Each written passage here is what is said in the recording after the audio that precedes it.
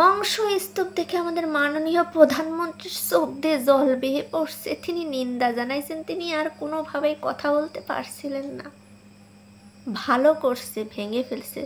ওগুলো তো জনগণের টাকায় তৈরি করা, পদ্মা সেতু জনগণের টাকায় তৈরি করা, মেট্রো রেলও জনগণের টাকায় তৈরি করা।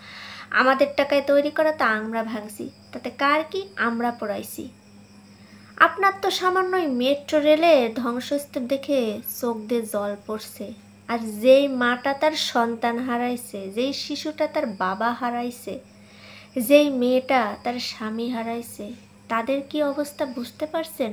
আপনার তো 1 মিনিটের জন্য চোখে জল আসছে, আর এদের চোখের জল কোনো দিন শেষ হবে না। সারাটা জীবন ওই সন্তানটার জন্য, ওই বাবার জন্য, ওই স্বামীর জন্য অনবরত চোখ দিয়ে জল পড়বে। পারবেন আপনি এই চোখের জল মুছে দিতে? আপনি তো মেট্রো রেল চাইলে 1 মাস 1 বছর পরে ঠিক আগের মতো করে দিতে পারবেন। সেটা কাদের টাকায় করবেন? এই জনগণের টাকায় করবেন। কিন্তু যারাই কোটা আন্দোলনে যুক্ত ছিল তাদের উপরে নির্বিচারে গুলি চালায় তাদেরকে হত্যা করা হলো, রাতের অন্ধকার, এবং সারা দেশ ইন্টারনেটবিহীন করে দেওয়া হলো। এদের দায় কে নেবে?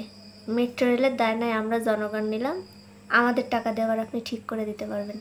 কিন্তু এই যে মানুষগুলো মারা গেল, এদের দায় কে নেবে বলতে পারলেন? সেই তো কোটা সংস্কার করলেন। এই কাজটা যদি আগে করতেন তাহলে এত মানুষ মারা যেত না, এত মার বুক খালি হতো না। কিন্তু এইটা বোঝানোর ক্ষমতা কারণ নয়, আপনি বুঝবেন না।